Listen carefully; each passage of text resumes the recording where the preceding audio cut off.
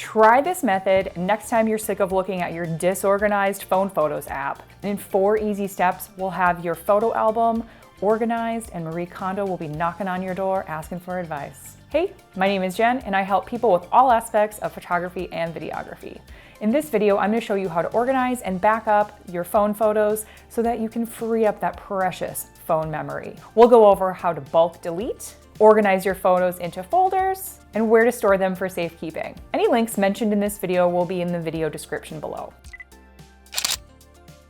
The first step is to delete any photos that you do not want.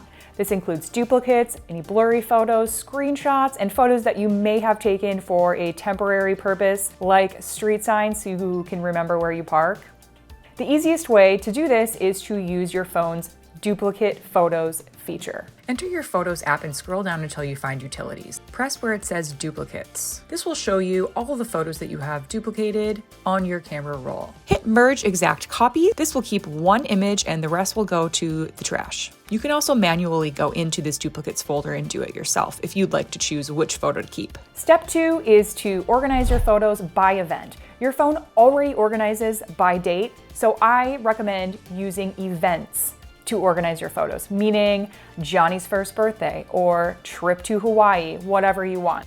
First, you're going to create albums, and these albums should be labeled with the exact same structure. The specific structure that I use is year-month-day-name of event.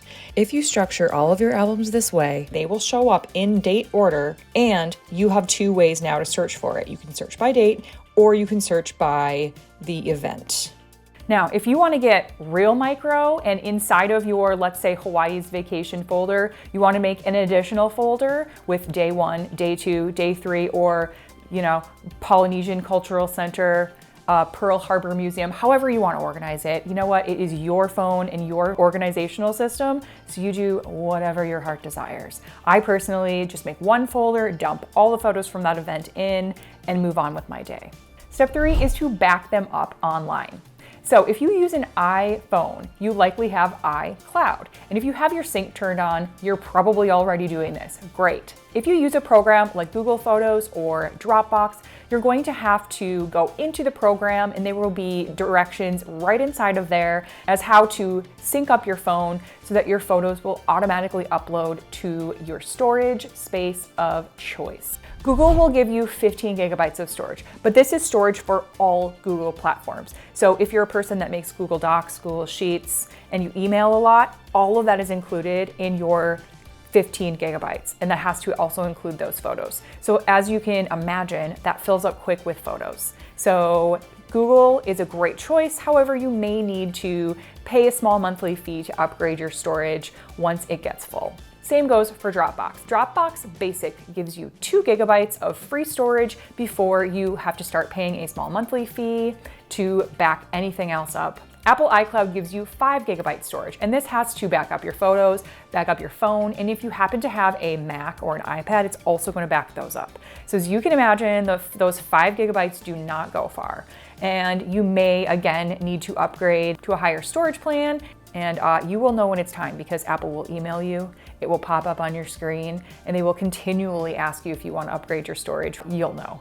Some great things about backing up online is that you always have access to your photos. So even if you back them up online and delete them from your phone, you can always go into that app, like let's say Google Photos, and you can search within the Google Photos app to find any images from a past vacation or birthday or random day of the week.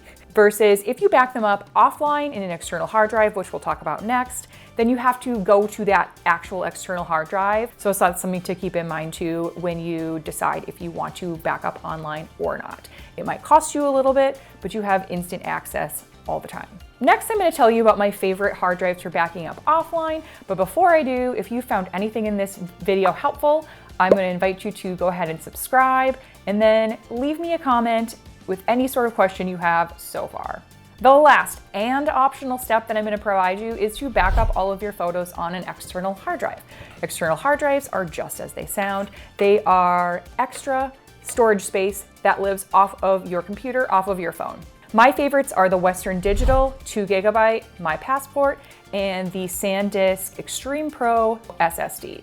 Both of these are 2 gigabytes. They will hold probably about 5 years worth of photos for you. They come in at about $100 and $150, but wait for things like Black Friday and Prime Day, and you can usually get a pretty good deal on these. And the easiest way to get your photos off of your phone and onto one of these hard drives is to use a computer, unfortunately. So if you have uploaded into iCloud or uploaded into Google Drive, you can download them to your computer and then from there drag them onto here. It's kind of a clunky process, I understand that, but then you know you have them backed up twice. Take one day, schedule it out, and just sit down and crank through them. You can even have a TV show or a movie on in the background. This is no brain work, okay?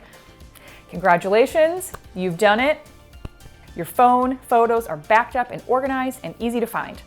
If you want help backing up other files and professional family photos that you may have gotten done with a professional photographer, be sure to reference this video where I will explain my process as how to name your folders and how to back them up and where to back them up. Before you go, make sure to subscribe to the channel and in the comments, leave me a note as to where you plan to back up your photos. Are you going to do online? Are you going to do a hard drive? Are you going to do both? I'd love to know. Thanks and see you in the next video.